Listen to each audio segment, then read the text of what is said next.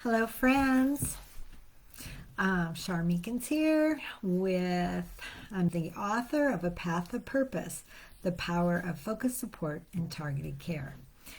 So, so that's the title of my daily lives. So today is day 81, and let's talk about, is it your way or no way?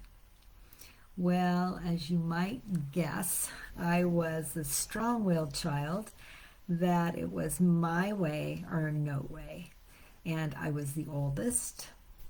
And so I really gave my parents a run for their money. And here's an example. Oh, you guys. Sometimes I wonder why my parents gave me so much um, leash, I guess I'll say. I don't know what else to call it. But I think my parents were grateful to have me, and my mom had two miscarriages before me. So by the time I came along, there was some leniency that probably shouldn't have been there. And so, for example, I was born September. I was born 9 months after my cousin, and we lived just down the road from each other on the farm, and um, so my cousins from that family, he was the youngest in his family, and I was the oldest in mine.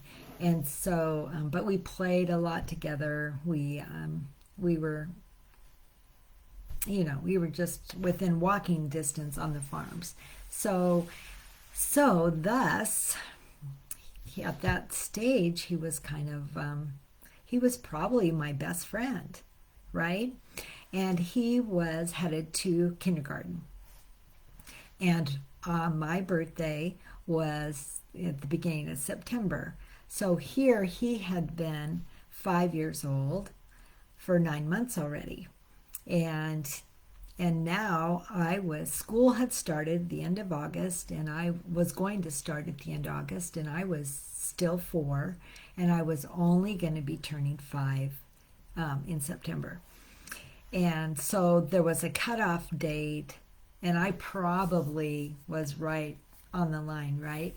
But not only was I 9 months younger, I was 2 months preemie. My development was slow. And so I'm sure even my capacity to read and learn at that point was even slow. Because you guys know I told you that I struggled all through school, and especially grade school and junior high with reading and comprehension. And so really, the truth was I shouldn't have been going to kindergarten until I was almost 6. But I was strong-willed, and I wanted to go to kindergarten with my cousin. Well, I don't know how this all happened. It kind of blows my mind when I think about it, but my parents allowed me to go to kindergarten with my cousin. Well, thus, for the next at least 3 years, if not longer, every year my parents and the teachers discussed holding me back. And every year, strong willed Char wanted it her own way, and she said, I can't go back. I will lose all my friends. Well, I grew up in a really small town. My class was 36 people, so it's not like I was going to lose all my friends. We all, majority of my friends, we all went to church together, we went to school together, so it wasn't like this huge, like I'm going to lose all my friends. Well, once again, I'm wanting it my own way. My parents let me continue through the grades, through elementary, without holding me back. And So, wow, you guys. I guess one thing I can say as a parent and a grandmother now is don't let your kids dictate what you know is best for them. Don't let their strong will intimidate you, right? Because actually, being a strong willed child, I really just wanted security and boundaries, but I was testing those boundaries all the time.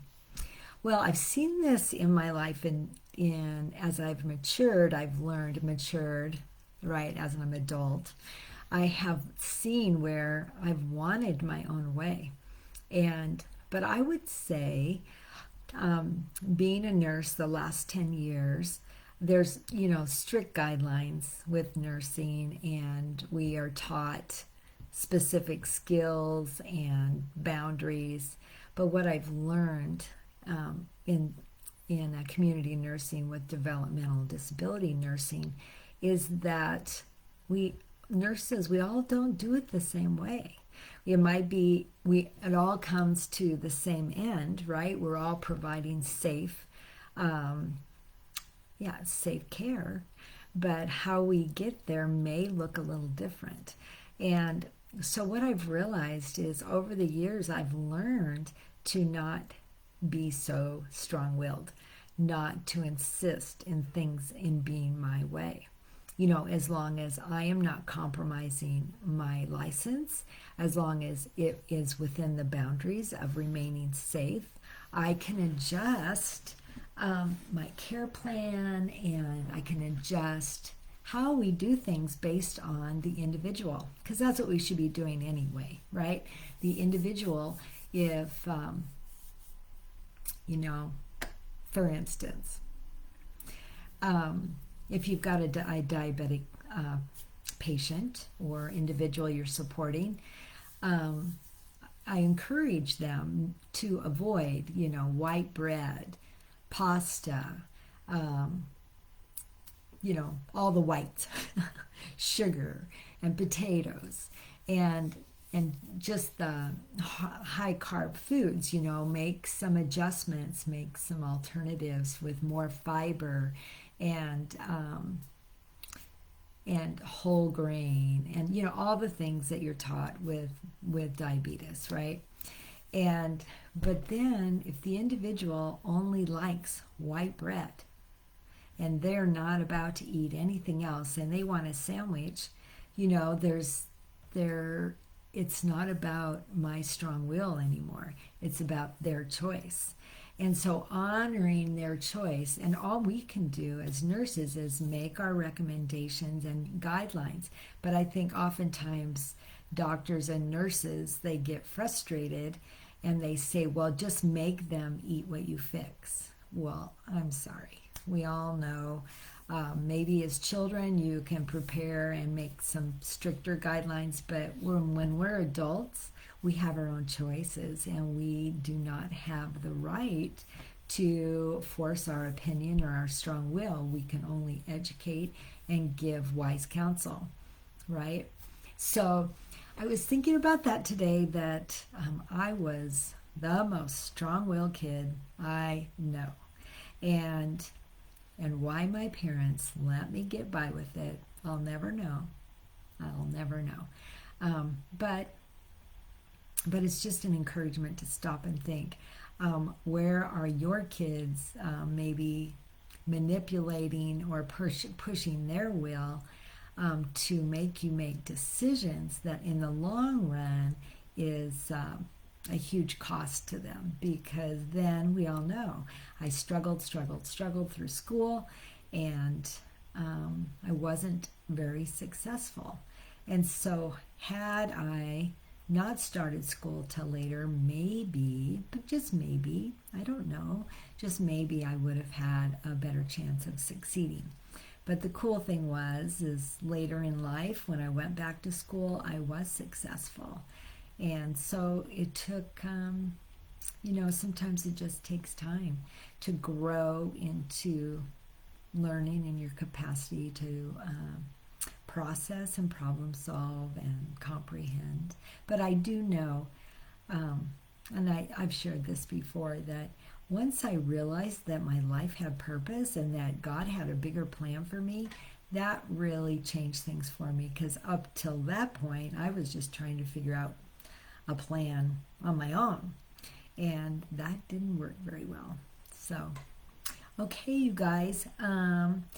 So if we still have some room for accountability for the ladies, for those of you who want to be a part of an encouragement, motivating morning at 8:30 on Saturdays, come join us. You know, this week it helped me connecting with a accountability partner and just saying, yes, I got my exercise in 3 times this week, and just being able to check in, text and check in with each other. And that's what we want to create for you guys.